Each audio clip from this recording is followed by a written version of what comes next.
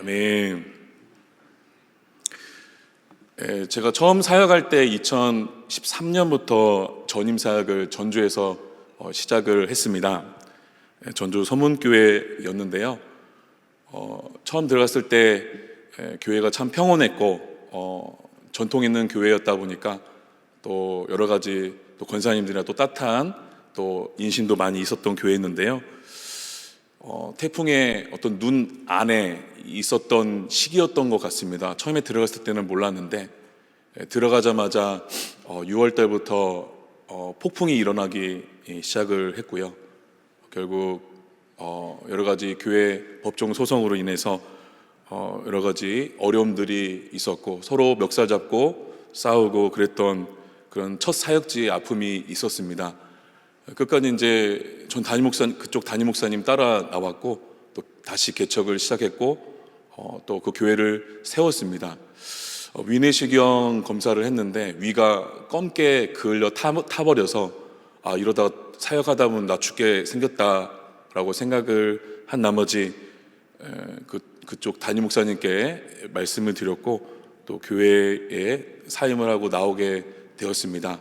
그래서 교회를 정하면서 순면 교사로 또 목회를 배울 수 있는 교회를 계속 물신양면 찾고 있었는데요. 이왕이면 이제 저희 장모님이 가양동에 살고 계시는데 가까운 교회에 갔으면 좋겠다 해서 딱 사역 게시판을 봤는데 파람장로교회가 눈에 제일 띄더라고요. 먼저 이제 제가 보게 된 거는 담임 목사님 설교가 어떨까라고 봤는데 엄청나게 뜨거웠었습니다. 장로교회인데 이거 완전 순복음교회 아닌가?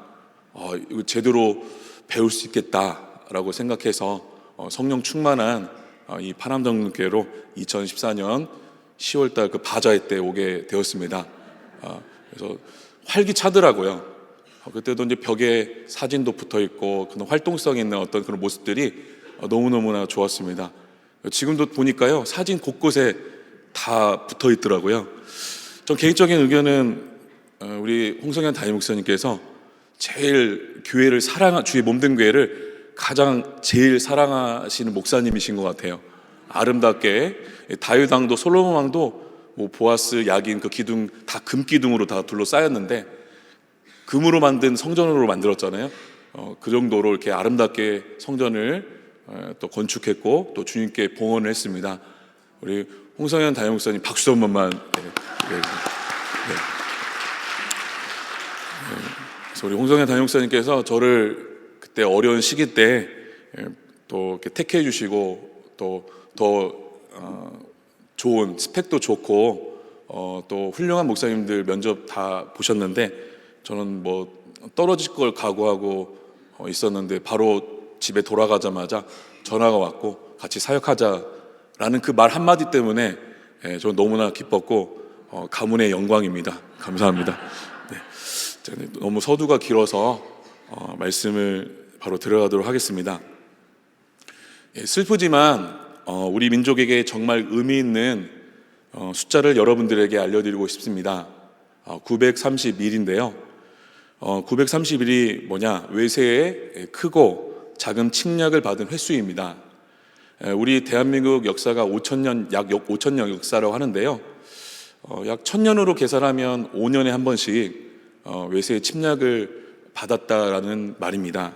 뭐 작게도 크게도 외세 침략을 받았다는 의미인데요. 그만큼 한반도가 외세의 침략을 당할 수밖에 없는 그런 지정학적 위치에 있는 중요한 거점 지역이라는 것을 우리가 알 수 있습니다. 예전과 달리 침략과 전쟁의 형태가 예전과 많이 달라지고 또 다양해지는 상황에서 우리나라 대한민국이 얼마나 단결하고 또 정신을 차려야 하는지 금방 아실 수 있습니다. 왜? 역사는 계속해서 반복되기 때문입니다. 지금도 김정은 정권이 계속해서 연평도를 향해서 미사일을 200발 쐈다. 그 계속해서 뉴스가 나오고 있는데요. 지도를 보니까 개성과 서울이 너무나 가깝더라고요. 차로 재보니까. 그래서 금방이라도 전쟁이 일어나면 이거 뭐 사역도 못하고 아무것도 할 수 없겠구나. 그래서 늘 대한민국을 위해서 또 이런 북한 정권의 무너짐을 위해서 이렇게 기도를 해야 될 줄 믿습니다. 5천년 유구한 역사 가운데 그럼에도 불구하고 대한민국은 무너지지 않고 지금까지 존속할 수 있었습니다. 몽고 그 원나라 제국 때도요, 다른 나라는 다 무너졌지만은 하나님이 지켜주셨는지 하나님의 은혜로 대한민국이 명맥을 계속 이어오게 되었고, 물론 일제 치하에 의해서 잠깐 나라 주권을 빼앗겼지만은 그래도 단일 민족으로 여기까지 인도하신 하나님께 감사드립니다. 오히려 그 외세의 침략을 통해서 더 견고해졌고 더 단단해졌다는 것을 우리는 알고 있습니다. 2024년 1월 19일 며칠 되지 않았는데요, 미국에서 분석하는 군사력 지수에 대한 발표가 났습니다. 당연히 1위는 미국이고요, 2위는 러시아, 3위는 중국이고 4위는 인도입니다. 작년까지는 6위였는데 지금 5위가 우리 대한민국입니다.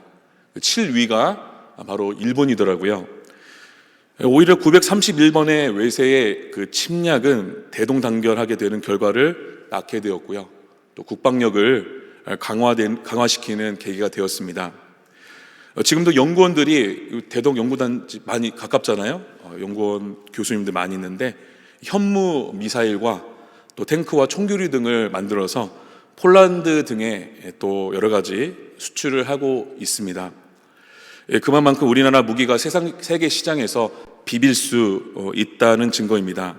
그러나 정치 지도자들의 그 분열과 또 지역 감정, 전라도냐, 경상도냐, 또 인권 문화, 페미니즘, 또 동성애, 이런 성별과 계층의 분열을 만들어서 오히려 그게 국가가 쇠락하는 길을 걷게 되는 그런 내부 분열의 위험성이 있습니다.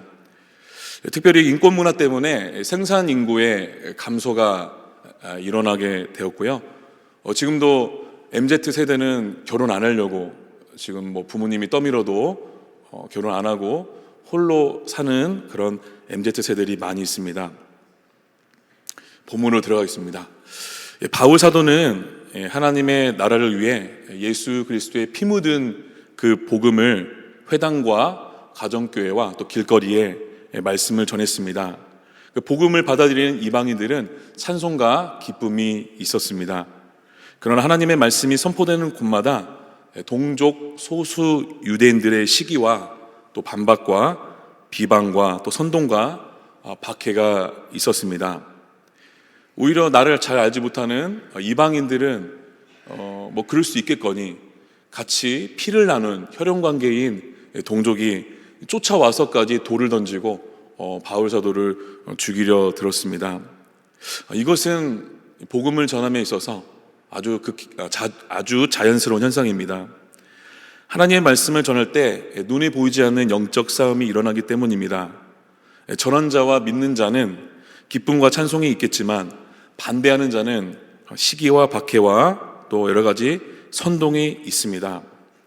사실 교회는 외부 세력, 즉 이단, 그런 외부 세력에 의해서 무너지지 않습니다.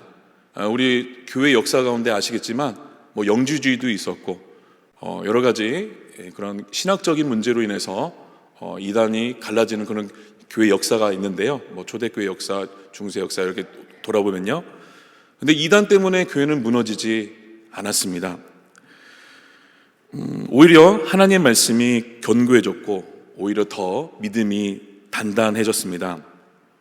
그러나 교회는 내부의 적에 의해서 쉽게 무너집니다. 교회 내부의 적이 어떤 타인이라고 생각할 수 있겠으나 내부의 적은 바로 내 자신입니다. 디모데후서 3장 1절에서 5절 말씀 한번 떠주시면 감사하겠습니다. 같이 한번 읽을까요? 시작. 너는 이것을 알라. 말세에 고통하는 때가 이르러 사람들이 자기를 사랑하며 돈을 사랑하며 자랑하며 교만하며 비방하며 부모를 거역하며 감사하지 아니하며 거룩하지 아니하며 무정하며 원통함을 풀지 아니하며 모함하며 절제하지 못하며 사나우며 선한 것을 좋아하지 아니하며 배신하며 조급하며 자만하며 쾌락을 사랑하기를 하나님 사랑하는 것보다 더하며 경건의 모양은 있으나 경건의 능력은 부인하니 이 같은 자들에게서 네가 돌아서라. 아멘.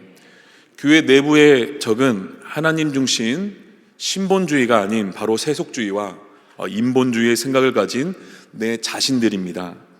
경건의 모양만 있는 종교인들이 교회 내부에 많다고 한다면 그 교회는 교회가 아니게 됩니다. 일반 회사보다 못한 집단으로 전락하게 됩니다. 소수 동족 유대인들이 예수 그리스도의 피 묻은 십자가 복음의 능력을 믿지 않고 또 체험하지도 않았기에